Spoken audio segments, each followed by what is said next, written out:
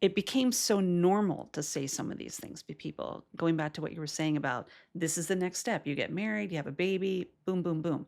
So, can you talk about those things that people say and maybe even offer some suggestions and ideas that could be just a little shift on what you can say and what maybe we should stray away from when someone might be going through that journey? And maybe you don't even know they're going through the journey. So, it's making it very normal to not even go there, even not knowing what their journey is.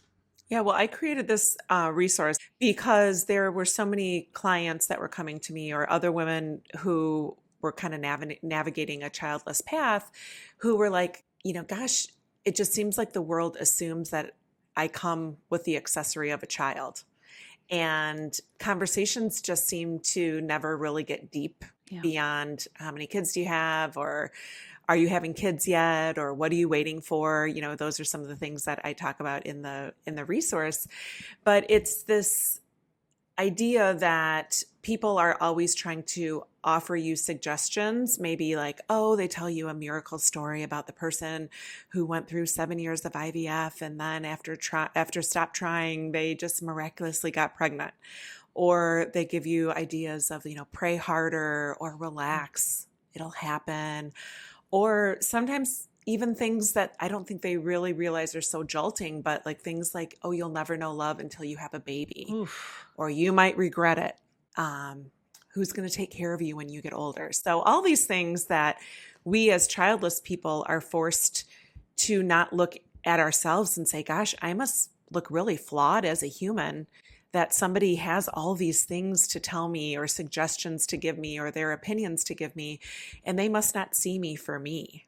And maybe they don't know my path and my route. And it doesn't even occur to them that maybe I tried doing all of those things, or maybe I wasn't able to do those things. So for me, it's an opportunity for people to consider, maybe there's no suggestion needed.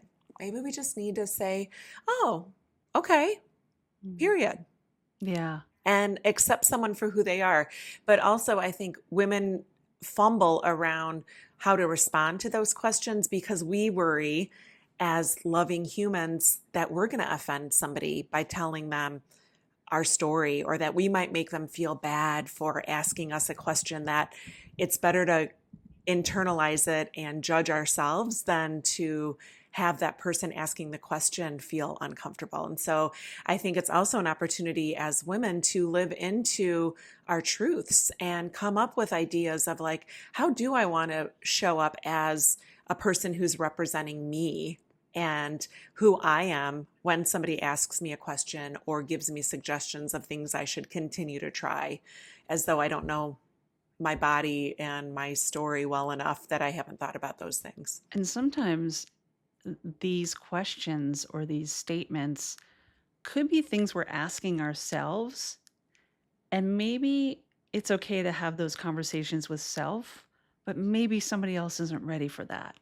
And I think that's the thing, is like not always assuming somebody is at the stage you might be at, whether it's acceptance or it's process. Well, we're always processing and healing and growing, but don't always assume that somebody is at the stage you're at in the healing process with not having children or choosing to, that a question you might be comfortable with, somebody else might not be comfortable with, you know?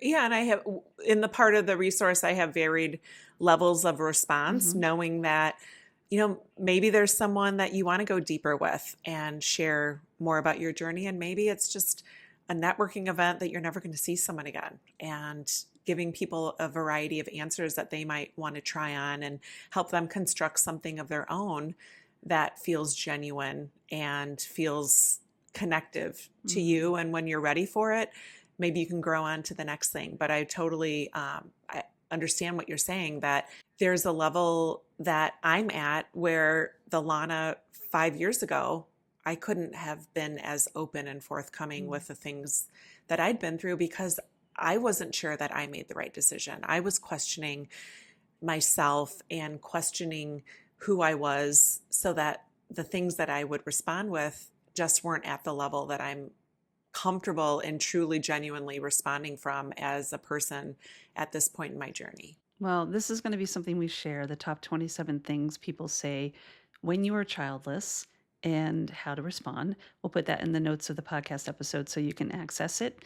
Share it with somebody else too. It might be very helpful for somebody else to have this content and this information, and you might be providing them with something that's very helpful to them that they've been searching for.